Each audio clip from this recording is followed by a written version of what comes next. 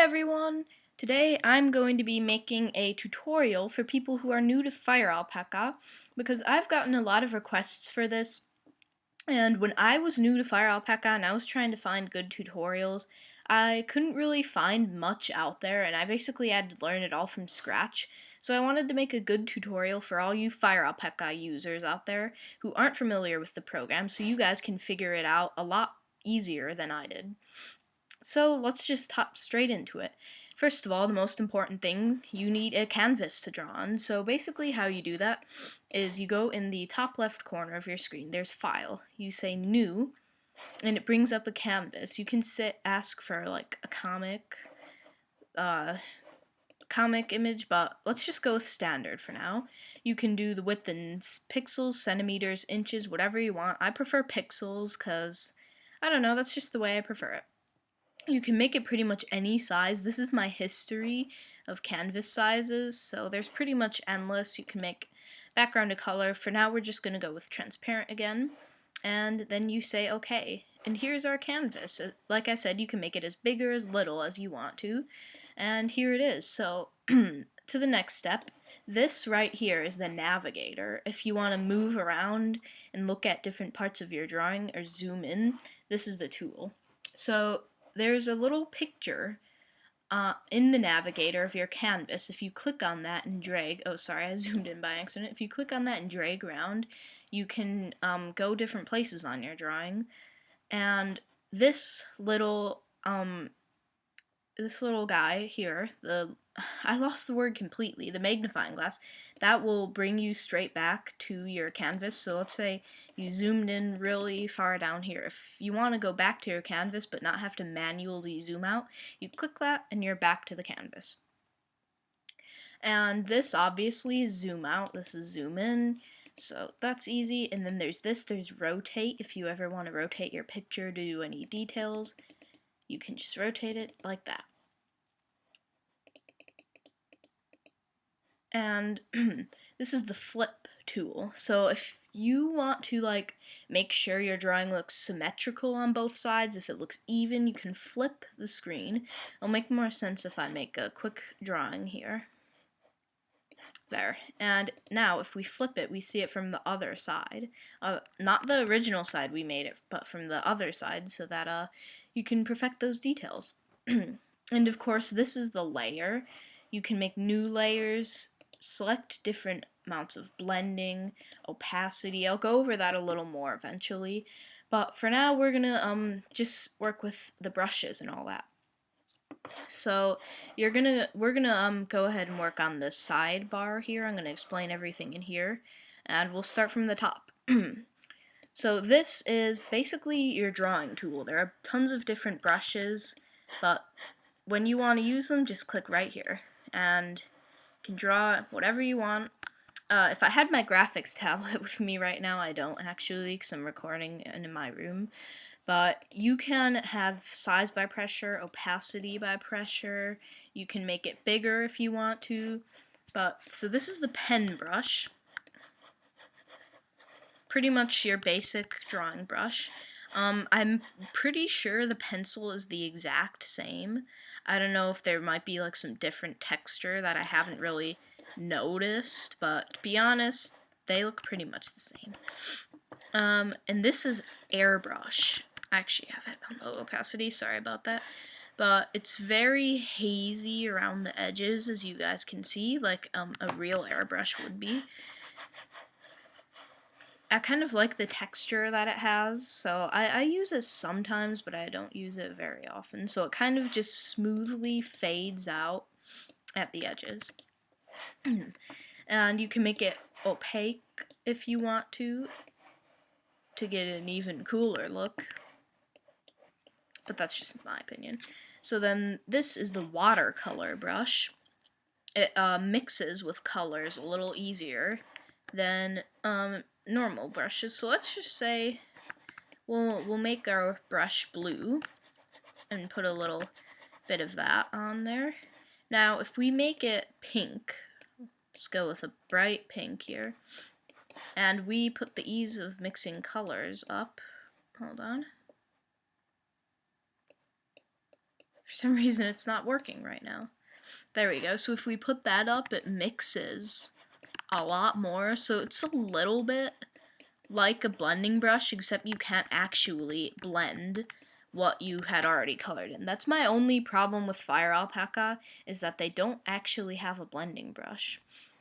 But anyway, this is the blur oh my goodness, the blur brush.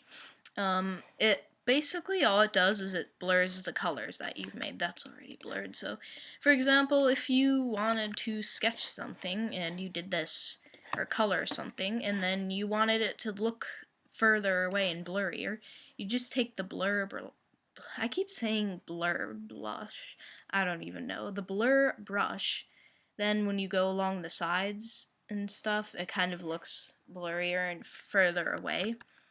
I don't use that brush that often, but your guys' drawing style is bound to be different, so maybe you'll use it.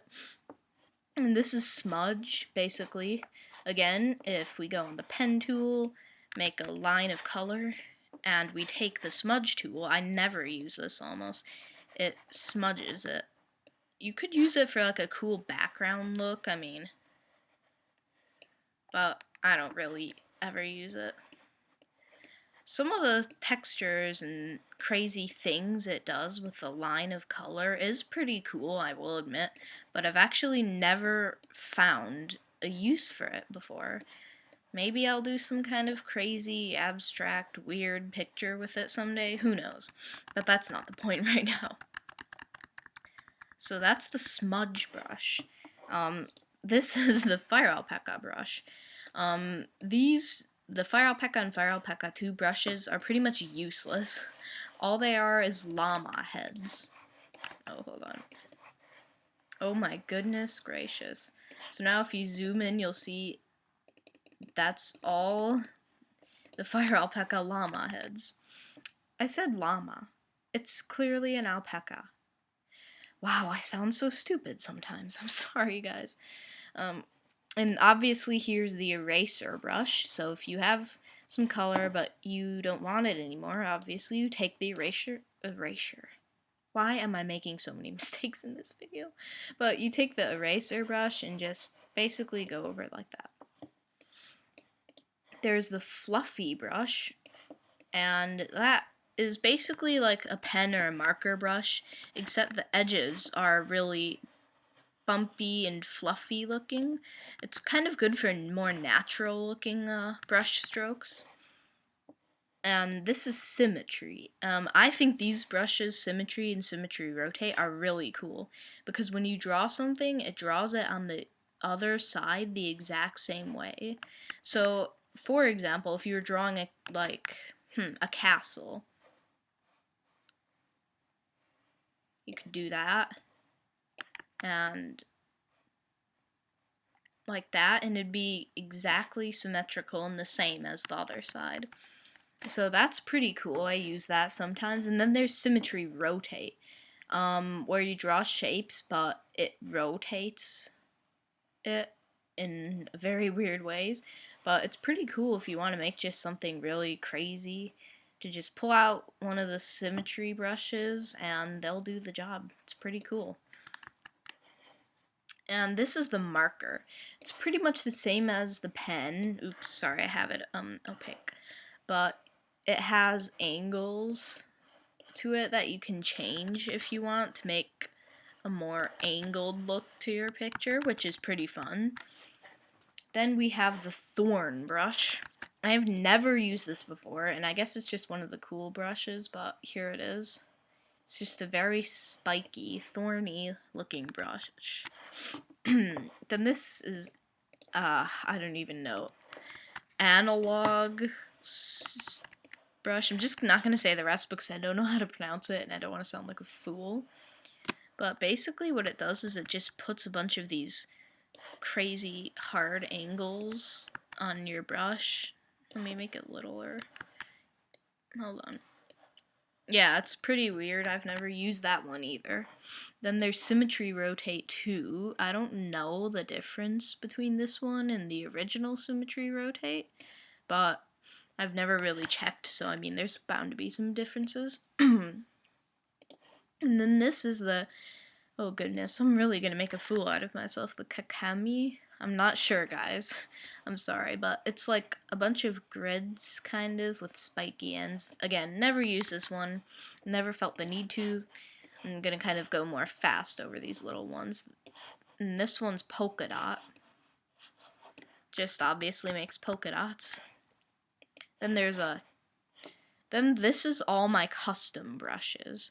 You can make custom brushes, I'll go over that in a little bit, but you can make custom brushes. Like, I hate drawing grass, so I have like grass 2, grass angle, and see, hold on, let me make it green. And then that looks like grass, so when I'm drawing, I can just use that brush to make grass. I have blood, which is actually really creepy. I'm sorry, guys, but blood is a part of some drawings, so it kind of looks like blood stains or whatever. But that is all the basic brushes. And yes, FireAlpaca does kind of start out with a lot, but that's cool because if you're starting and you just want to experiment, then you have a lot of options. This is the shortcut to the eraser. You could go down in your brushes and individually select it, but when I'm drawing and I really just want to, like, not poke around and look for the eraser, I just want to erase something quick, I click right here, and then you can erase your drawing, or your color, your line that you don't like. And this is the, oh goodness, what is this one called again? It's the dot tool. It's like, it helps you make straight lines or curves, but they're just outlines of the shape. I found that useful sometimes if I'm sketching and I can't like make a circular head. I will just take this and go make it a make a little like outline for the head or whatever. This is the move tool. So for example, if you had a shape like that, oh goodness, wait, do I have it on my lips? Sorry. If you had a shape like that, you could take the move tool and move it all around. You can also do that with Mac. I'm not sure on how to do it on Windows, but Command T on Mac is transform. You can move it, rotate it, make it thinner, make it tall, make it thick, whatever you want to, and I use transform more than the move tool, but that's up to personal preference. So, and the next thing is the fill tool. So, or no, not the fill tool. Yeah, the fill tool. Sorry, guys. So basically, what you do, you can make it a rectangle, which is like, or an ellipse, which is like this. A rectangle. Why is it still an ellipse? Rectangle, like this. Or a polygon, which is basically your own shape. But I don't care for the polygon. I've never used it and it's never worked for me. I mean, look, just won't work. And I don't know why. Oh no, hold on, guys. I hate polygon and it's really buggy sometimes, so I wouldn't advise using it myself, but if you want to, you can experiment. Maybe you'll figure out how to use it. If you do, tell me in the comments below, please. So this is the bucket tool. Basically, if you have line art that you want to fill in instantly, you don't want to have to color it all individually, you take the color you want. Let's say we want a nice light brown. Right here, that's good.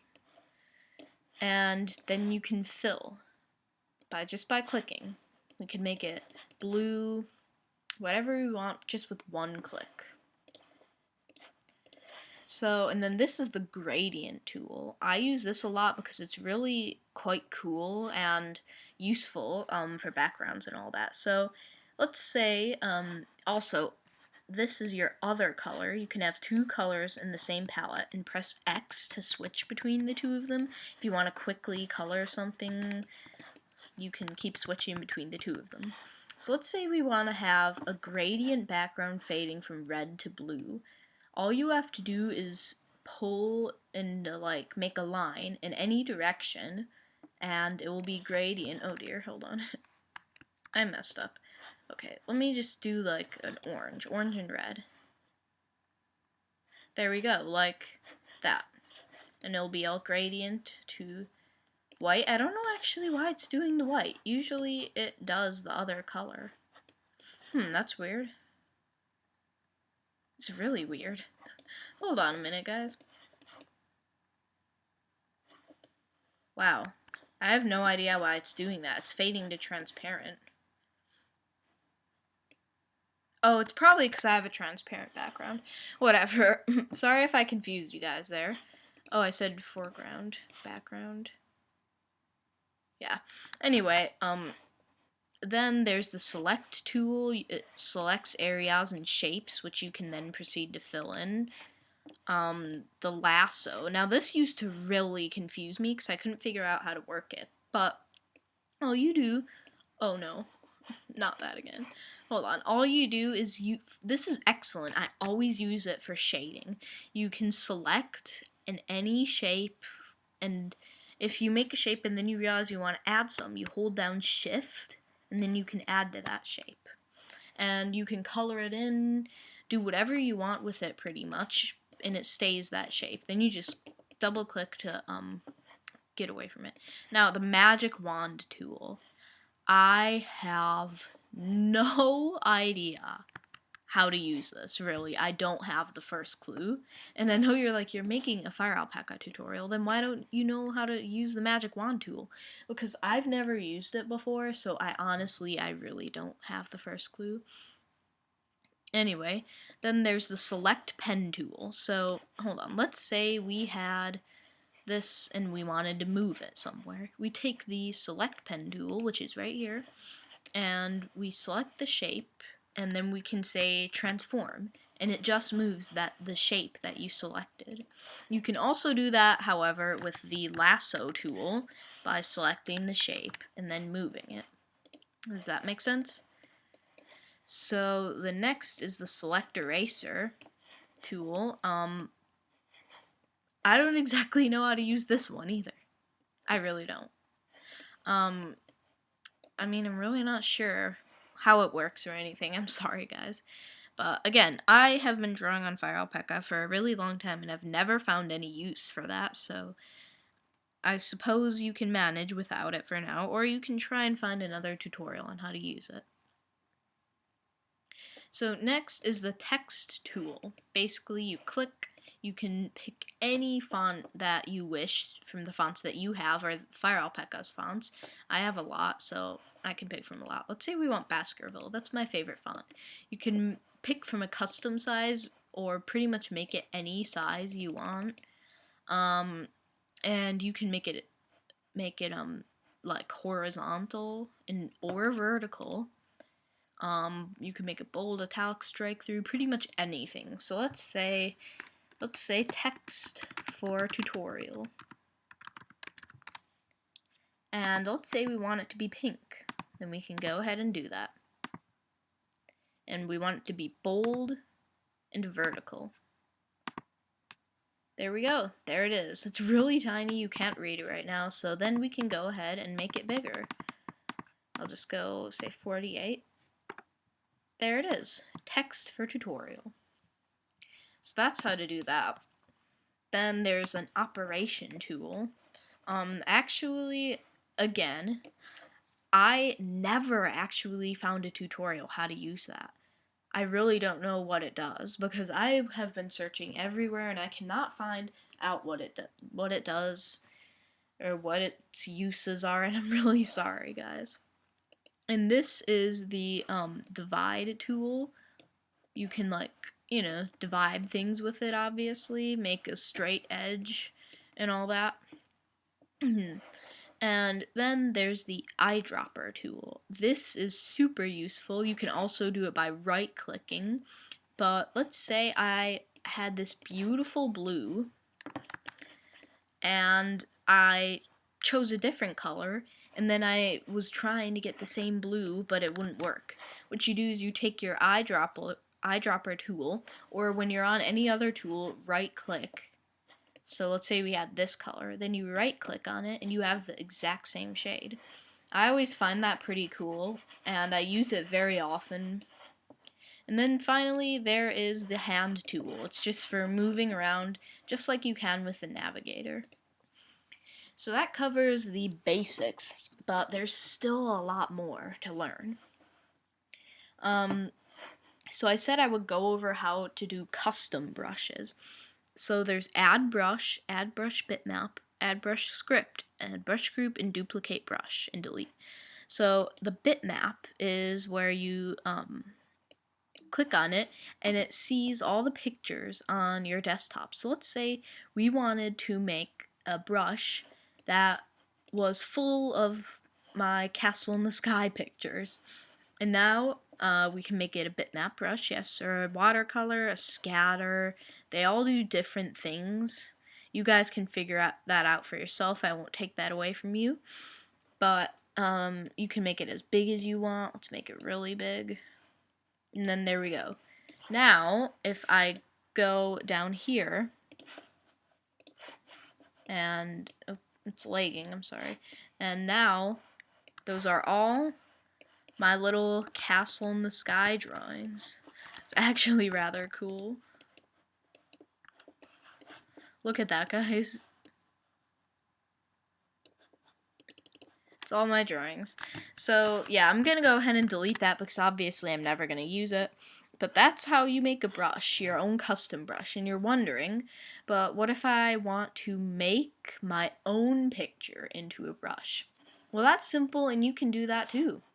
For example, let's say you wanted a brush that was grass. Yes, I already have one, but I'm going to show you guys how to do it. So you draw whatever you want, and you can make it into a brush as long as it has a translucent background. So let's draw some grass. Yes, this is going to be crappy because I don't have pen pressure, but here it is. Here's the grass. Now what you do is File, Save As. You want to make sure to save it as a PNG, and we're going to call this grass tutorial. And then you save it. So now we're just going to close this, make a new canvas, and now we can go ahead and say bitmap grass tutorial open. So now, see, we can go bitmap watercolor and just have it not random rotate. And look, hold on. So there it is. Except FireAlpaca's lagging, sorry about that. Here's the grass tutorial brush. So now if we make it nice and big, there it is, a bunch of blue grass. So that's how you make your own brush in FireAlpaca. So obviously there is a lot more up to these windows. You have save, save as, and file. There's edit. You can edit the canvas size. You can flip something horizontally or rotate it left. I do that often. I select something with the lasso tool and then I flip it horizontally. Layer, you can add a layer. Merge layers. If you have two layers and you're getting close to completing your picture and you want to merge them, it's this button right here. You can just merge them. This is duplicate layer, and this is add layer folder and add layer. And under filter, there's a couple things. And say you had this color. You were making a human with blue hair, and then you realized, hey, I want them to have pink hair now. I don't really like the blue hair. I want them to have pink hair. Or, yeah, I want them to have pink hair. I don't like the blue hair anymore. So what you would do is you go under filter, hue. Then you can make the hue anything, the saturation anything, the brightness, whatever you want, and then you can get that. So let's make her a nice pink. Make her nice pink hair. Gotta find it first. Ooh, and brightness, there we go. Now she has pink hair. So that's what you can do with that. For filter, you can make it blurry, etc. Make it cloudy. Then there's just select, snap, color. I don't use much of this. View, yeah, you got all that. But for this, window, you can actually add a palette. So for example, if you have colors you want to use, you can put them in the palette, like add a color. So I actually have never used that before, and I actually just found out what that was now. But I mean, not like literally right now, but when I was reviewing everything to make sure like it would be all good for the tutorial, I just found that, and I was like, holy crap, why did I never see that? And then there's reference. So you can open that. See, I have this beautiful picture of hills with the trees and a big blue sky. You can make the reference window and put a saved picture that you have there. So if you're drawing hills or something, you have reference to look at. And I find that really helpful. Also, if you want for the color grid, you can change it to I'm sorry, for some reason my voice is kind of scratchy today. But for the color bar, you can change it to a color wheel. Just right now I prefer the color bar because that's how I started. I'm probably going to end up switching over to the color wheel again because it seems like everyone uses those. But for now I just use the color bar. So that's pretty much the basics of FireAlpaca. If you guys have any more questions or suggestions on any more in-depth tutorials I should do, let me know down in the comments and I will do those. Thank you guys so much for liking. If you enjoyed, don't forget to leave a like. I said thank you so much for liking. You might not even have liked. Thank you so much for watching. If you want, you can leave down a like down below. A subscribe if you enjoy my videos, and yeah, see you guys next time. Bye.